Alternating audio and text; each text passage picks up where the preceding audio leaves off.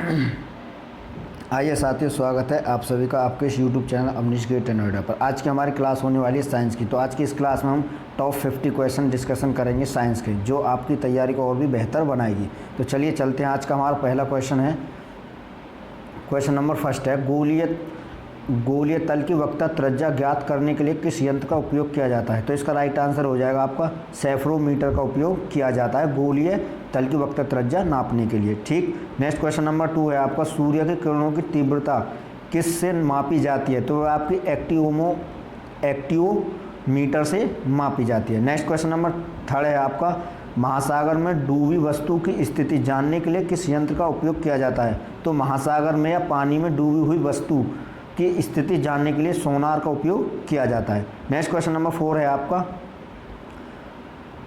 Question number 4 है आपका, सापेक्ष आर्द्रता किससे मापी जाती है? तो सापेक्ष आर्द्रता आपके हाइग्रोमीटर से नापी जाती है। नेक्स्ट क्वेश्चन नंबर 5 है आपका, रडार का उपयोग किया जाता है। तो रडार का उपयोग आपका रेडियो तरंगों द्वारा वस्तु की स्थिति ज्ञात करने के लिए किया जाता है। नेक्स्ट क्वेश्चन नंबर 6 है आपका, साइक्लोट्रॉन किसको त्वरित करने के लिए प्रस्तुत किया जाता है? तो साइक्लोट्रॉन परमाणु को त्वरित करने के लिए उपयोग किया जाता है।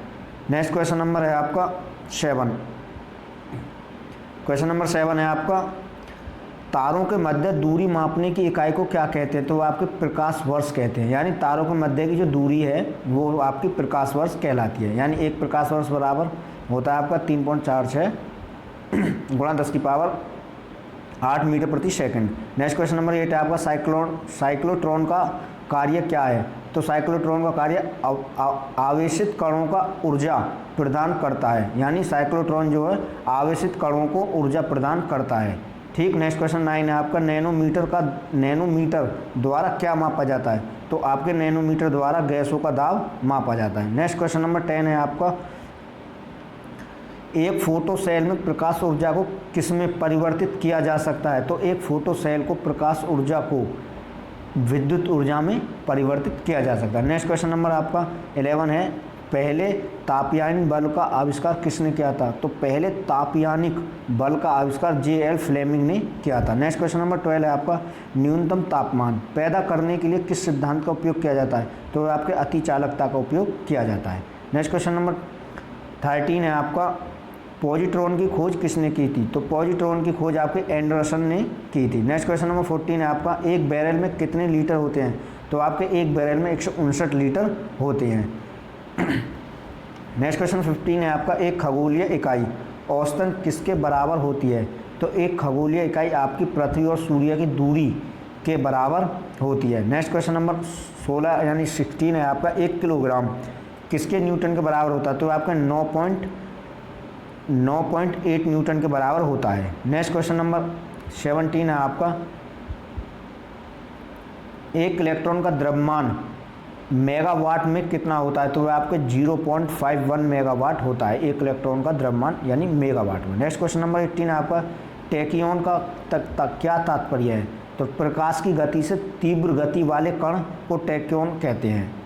नेक्स्ट क्वेश्चन नंबर 19 है, भौतिकी में चतुर्थ आयाम का परिचय किसने दिया? तो वह आपका आइंस्टीन ने दिया। नेक्स्ट क्वेश्चन नंबर 20 है आपका, सूर्य की ऊर्जा किस प्रक्रम द्वारा उत्पन्न होती है? तो वह आपकी नाभ के संलयन द्वारा उत्पन्न की जाती है। नेक्स्ट क्वेश्चन नंबर 21 है आपका, एक्स किरणें किसमें से होकर पार नहीं जाती? तो वह आपकी लकड़ी से होकर पार नहीं जाती। नेक्स्ट क्वेश्चन नंबर 22 है आपका,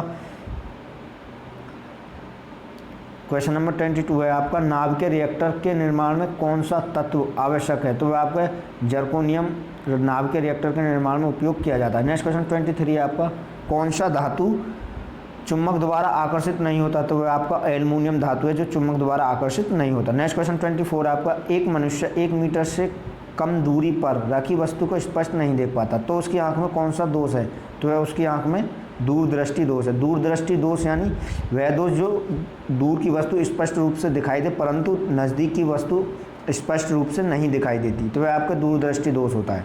नेक्स्ट क्वेश्चन नंबर 25 है आपका, सोनार का उपयोग किसके लिए किया जाता है? तो वह आपके नौ संचालकों के लिए सोनार का उपयोग किया जाता है। नेक्स्ट क्वेश्चन 26 है आपका, बर्नौली की पिरामिड किस पर आधारित है? वह आपके ऊर्जा संरक्षण पर आधारित है, बर्नौली की पिरामिड। नेक्स्ट क्वेश्चन 27 है आपका, विज्ञान की जिस शाखा के अंतर्गत पदार्थों के गुण व संरचना आदि का अध्ययन होता है उसे क्या कहते हैं? तो उसे रासायनिक विज्ञान कहा जाता है। नेक्स्ट क्वेश्चन नंबर 28 है आपका,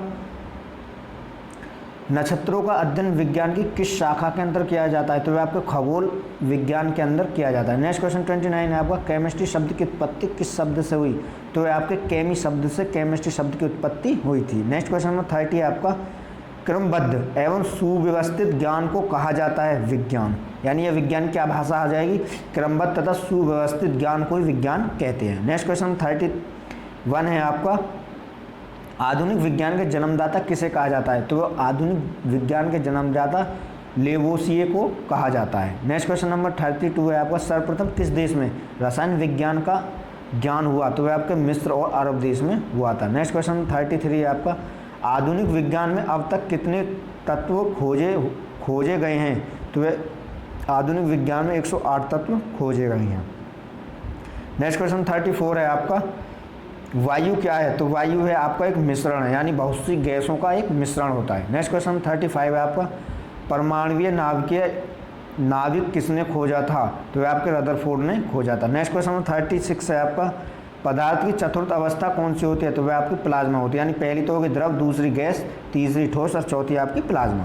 नेक्स्ट क्वेश्चन नंबर है आपका 37, जल क्या है? तो जल एक यौगिक है, यानी कई चीज़ों का मिश्रण होता है जल।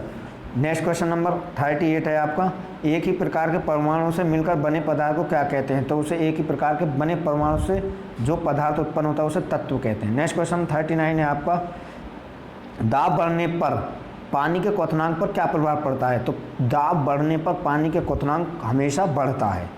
ठीक। नेक्स्ट क्वेश्चन नंबर 40 है आपका, पहाड़ों पर जल जल्दी क्यों उबलने लगता है? तो पहाड़ों पर जल दाब कम होने के कारण जल्दी उबलने लगता है। नेक्स्ट क्वेश्चन 41 है आपका, द्रव का ताप बढ़ाने पर गतिज ऊर्जा पर क्या प्रभाव पड़ता है? द्रव का ताप बढ़ाने पर गतिज ऊर्जा आपकी बढ़ जाएगी। नेक्स्ट क्वेश्चन नंबर 42 है आपका, जिस अवस्था में पदार्थ के भौतिक गुणधर्मों में अस्थायी परिवर्तन होता है उसे क्या कहते हैं? तो उसे भौतिक परिवर्तन कहते हैं। नेक्स्ट क्वेश्चन नंबर 43 है आपका, चीनी का घुलना कौन सा परिवर्तन है? तो ये आपका भौतिक परिवर्तन। नेक्स्ट क्वेश्चन नंबर 44 है, आयोडीन का परिवर्तन कौन सा परिवर्तन होता है? तो ये आपका भौतिक परिवर्तन होता है, यह भी। नेक्स्ट क्वेश्चन 45 है, जिस अवस्था में पदार्थ के संगठन व गुणधर्मों में स्थायी रूप से परिवर्तन हो जाते हैं तो उसे क्या कहते हैं? तो उसे रासायनिक परिवर्तन कहते हैं।